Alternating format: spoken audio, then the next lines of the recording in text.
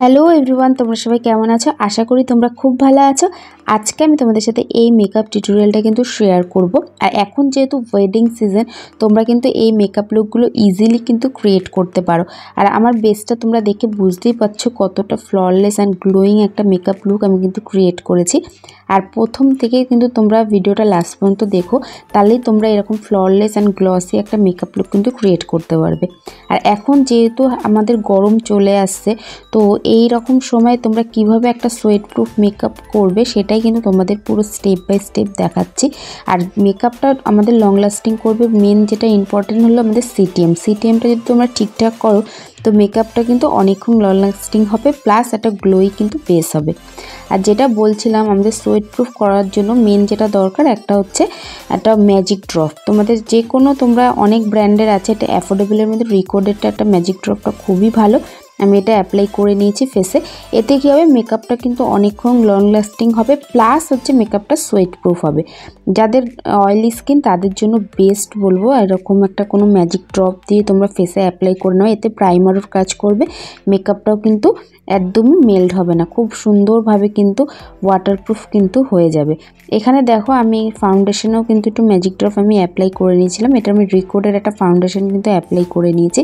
আর প্রত্যেকটা step by step দেখাচ্ছি, তোমরা ইজিলি দেখলে বুঝতে পারবে। আর ওখানে প্রোডাক্টগুলোও তোমাদের কিন্তু আমি শো করছি, ওই জন্য আলাদা করে নামগুলো বলছি না যে কী কী অ্যাপ্লাই করছি। এখানে আমি বেস মেকআপটা করে নিয়ে আমি কিন্তু কোনো সময় আন্ডার এরিয়ায় কিন্তু ফাউন্ডেশন অ্যাপ্লাই করি না, যেহেতু আমার একটু ড্রাই স্কিন। আর আমার আন্ডার এরিয়াটা যেহেতু ফাইন লেন্স আছে, তোমরা যদি খুব বেশি ফাইন লেন্স যদি যাদের থাকে সেখানে যদি ফাউন্ডেশন, কারেক্টার, কনসিলার এগুলো অ্যাপ্লাই করো তো ওখানে ক্রিজ পড়ার সম্ভাবনাটা বেশি হয়ে যায়। ওই জন্য আমি সবসময় ফাউন্ডেশনটা স্কিপ করি আন্ডার আইয়ে।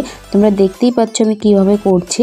প্রথমে কারেক্টার করে নিয়ে দেন আমি কিন্তু কনসিলার কিন্তু অ্যাপ্লাই করেছি আমার স্কিন টোন থেকে ওয়ান টোন একটু লাইটার দিয়ে হাইলাইটিং করার জন্য।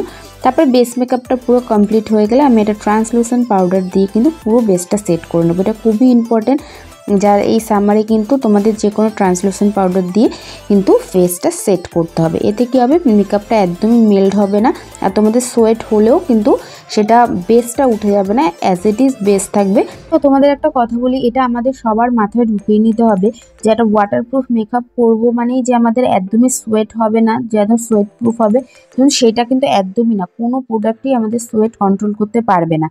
কিন্তু সোয়েট কন্ট্রোল করতে না পারলেও মেকআপটা আমরা এমনভাবে করব যাতে আমাদের সোয়েট হলেও মেকআপটা অ্যাজ ইট ইজ থাকে।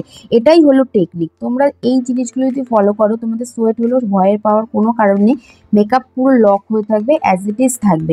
তোমরা যদি স্টেপ বাই স্টেপ বা খুব ভালোভাবে যে এই টেকনিকগুলো তোমরা যদি ফলো করো তো মেকআপ একদমই কিছু হবে না। আর এটা আমাদের ন্যাচারাল, আমাদের ফেসে যে অয়েলটা আসে সেটা আমরা কোনো কিছু দিয়েই কন্ট্রোল করতে পারি না।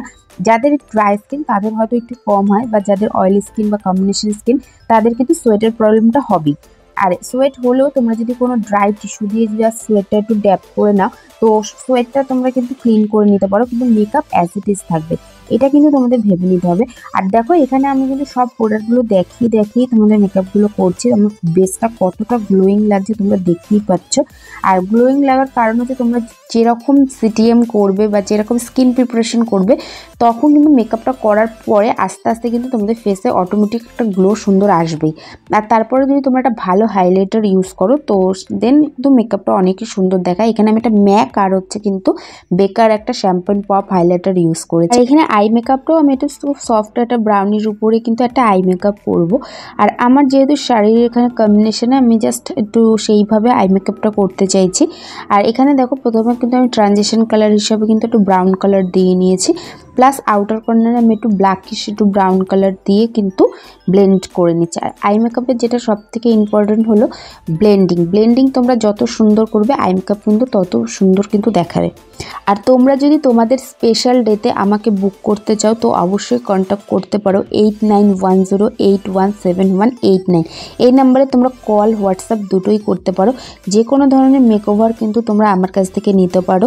আর এখন কিন্তু 24-25-এর বুকিং অলরেডি চলছে, তোমরা অবশ্যই আমার সাথে কিন্তু কন্ট্যাক্ট করতে পারো। আর তোমরা যেরকম ধরনের মেকওভার চাইবে তো সেরকম ধরনের মেকওভারই দেওয়ার কিন্তু আমরা চেষ্টা করব। তো দেখো এখানে কথা বলতে বলতে আমার আই মেকআপটা কিন্তু অলরেডি কিন্তু ডান। আর আমি পার্সোনালি কিন্তু কাজল পছন্দ করি না, সেই জন্য বেশিরভাগ আমার ভিডিওতে তোমরা দেখবে হোয়াইট কাজল ইউজ করতে। এখানে কিন্তু ব্ল্যাক কাজল দিলেও খুবই ভালো লাগবে, পুরো সাবেকি টাইপের একটা লুক চলে আসবে। তো এখানে আমি হোয়াইট টু কাজল নিউড টাইপের কাজল ইউজ করেছি। দেখতেই পাচ্ছ আমার কিন্তু এখানে ফাইনাল লুক হয়ে এসছে। আর এখানে দেখো অফ ক্যামেরা আমি কিন্তু ফলস আইল্যাশেস কিন্তু পরে নিয়েছি। আর আইল্যাশটা পরলে কী হয়, আই লুকটা কিন্তু আরও সুন্দর দেখায়। আর এখানটা রিকর্ডের আমি একটা লিপস্টিক কিন্তু অ্যাপ্লাই করে নেবো, একটু সফট টাইপের নিউড টাইপের একটা লিপস্টিক কিন্তু আমি এখানে অ্যাপ্লাই করে নিয়েছি। তো অল ওভার মেকআপ লুকটা তোমাদের কেমন লেগেছে অবশ্যই কিন্তু কমেন্টের মধ্যে জানিও। আর আমার বেস মেকআপটা কতটা ফ্ললেস লাগছে তোমরা দেখে বুঝতেই পারছো। তো আজকের মতো এই পর্যন্ত, ওকে বাই।